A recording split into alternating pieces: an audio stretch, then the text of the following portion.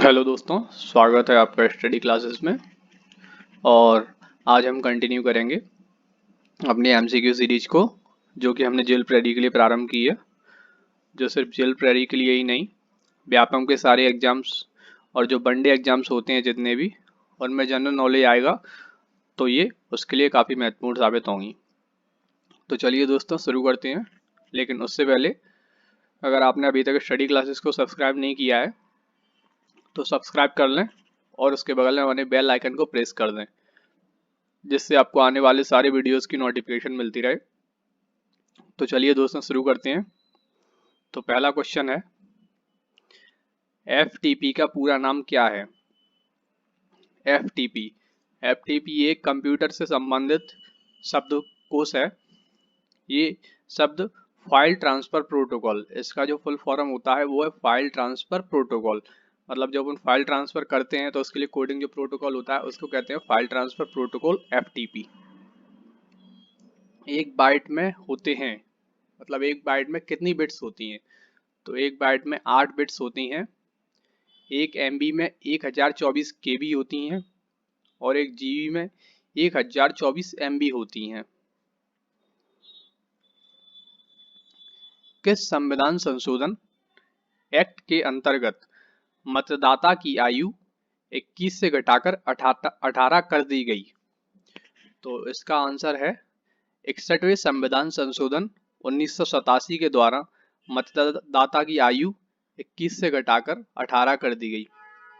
1987 में जो 61वां संविधान संशोधन हुआ था उसके द्वारा 21 से घटाकर 18 कर दी गई थी। पहले जो मतदाता की आयु थी वो 21 वर्ष थी। विजयनगर का प्रसिद्ध हजारा मंदिर किसके शासनकाल में निर्मित हुआ? तो इसका आंसर है कृष्णदेव राय। रंगराजन समिति का गठन किसके लिए किया गया था? तो रंगराजन समिति का जो गठन किया गया था वो बैंकिंग सुधार के लिए किया गया था। जो बैंकिंग में गड़बड़ हो जाती हैं और इनमें कुछ नुकसान भी हो जाते हैं सरकार को, तो उसके सुधार के लिए रंगराजन समिति का गठन किया गया था। रेशम उत्पादन में भारत का विश्व में कौन सा स्थान है? तो इसका आंसर है कि रेशम उत्पादन में भारत का द्वितीय स्थान है, सेकेंड। और जो पहले नंबर पे है वो है चाइना, हमारा पड़ोसी देश ही है। और तीसरे नंबर पे है उज्बेकिस्तान। भारतीय संविधान के किस अनुच्छेद में चुनाव आयोग का उल्लेख किया गया है? तो इसका आंसर है अनुच्छेद 324। तो जो चुनाव आयोग होता है वो हमारे देश में चुनाव की सारी गतिविधियों को परिपूर्ण करवाता है। जैसे कि सारे चुनाव होते हैं स्टेट के, केंद्र के, इन सबको चुनाव आयोग ही हैंडल करता है। ओजोन परत संरक्षण दिवस कब मनाया जाता है? तो 16 सितंबर को ओजोन परत संरक्षण दिवस मनाया जाता है। मॉन्ट्रियल प्रोटोकॉल किससे संबंधित है? तो इसका उत्तर है क्लोरोफ्लोरोकार्बन, CFC, जो कि ओजोन लेयर को नुकसान पहुंचाती है, क्लोरोफ्लोरोकार्बन। और ये जो समताप मंडल में पाई जाती है। और इससे संबंधित, क्लोरोफ्लोरोकार्बन से संबंधित हमने क्वेश्चन दूसरे वीडियो में भी डिस्कस किया था। और ये क्वेश्चन काफ़ी इंपॉर्टेंट हो जाते हैं एनवायरनमेंट के पर्सपेक्टिव से। सो इन क्वेश्चंस को आप लोग ध्यान से याद कीजिएगा। चिपको आंदोलन का नेता कौन था? तो चिपको आंदोलन हुआ था, उसके जो नेता थे वो थे सुंदरलाल बहुगुणा। और ये आंदोलन जो पेड़ काटे जा रहे थे उनको बचाने के लिए था। इनमें लोग क्या करते थे कि पेड़ों से चिपक कर खड़े हो जाते थे, जिससे कोई पेड़ों को काट ना पाए। और ये आंदोलन उत्तर प्रदेश के चमोली जिले से प्रारंभ हुआ था। क्योटो प्रोटोकॉल किससे संबंधित है? तो ये जलवायु परिवर्तन से संबंधित है। जो जलवायु में परिवर्तन हो रहे हैं, जैसे कि आप लोग देख ही रहे होंगे कि कभी भी पानी बरस जाता है, कभी भी गर्मी पड़ जाती है, सर्दी उतनी नहीं पड़ती है जितनी पहले पड़ती थी। तो इसी के लिए क्योटो प्रोटोकॉल बनाया गया है। मध्य प्रदेश के किस जिले में ग्रेफाइट उत्पादन होता है? तो इसका उत्तर है बैतूल जिला। मध्य प्रदेश के बैतूल जिले में ग्रेफाइट उत्पादन होता है। और ये जो ग्रेफाइट होता है वो पेंट जो दीवारों पे किया जाता है, और बैटरी, इसमें थोड़ा मिसप्रिंट हो गया है, बैटरी हो गया है इसमें। तो बैटरी जो अपनी गाड़ीज में डलती है, अपने वॉचेस में डलती है, रिमोट्स में डलती है, और पेंसिल जो अपना पेन होता है, एचवी पेन, उसमें जो यूज होता है वो ग्रेफाइट ही होता है।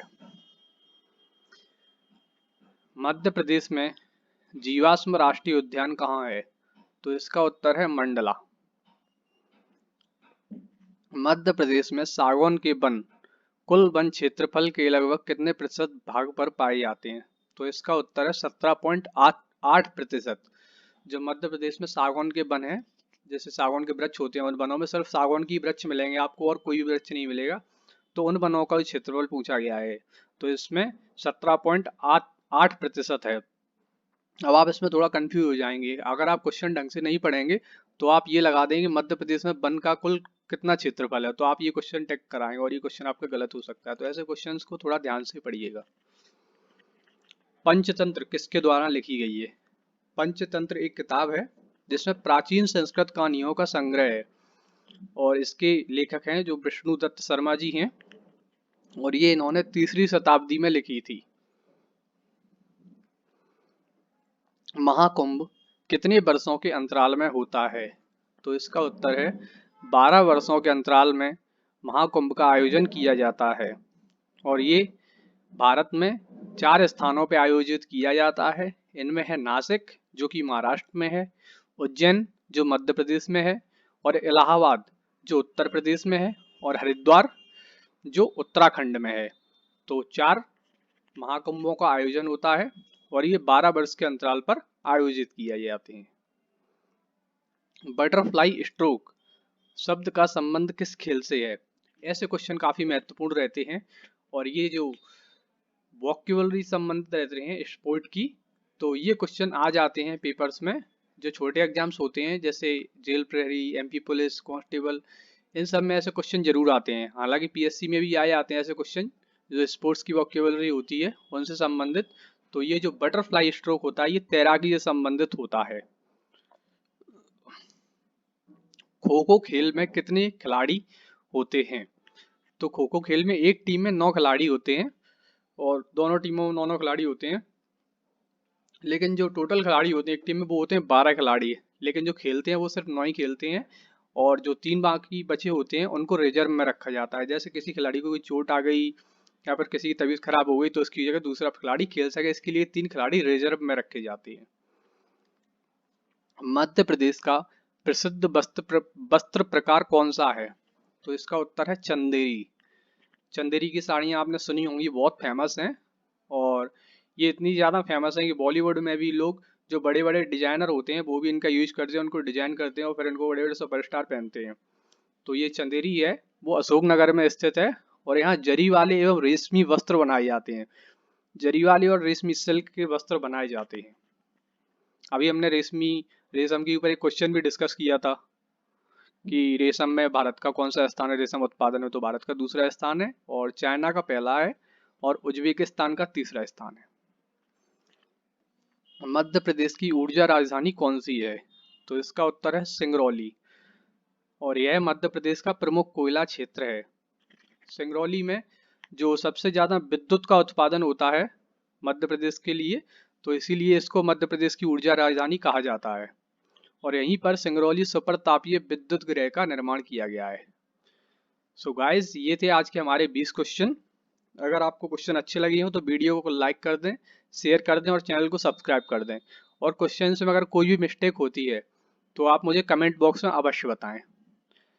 Thanks for watching. अगर आपको दी गई जानकारी पसंद आई हो तो स्टडी क्लासेस को सब्सक्राइब कर लें, और उसके बगल में बने बेल आइकन को प्रेस कर दें, जिससे आपको आने वाले महत्वपूर्ण वीडियो की जानकारी मिलती रहे।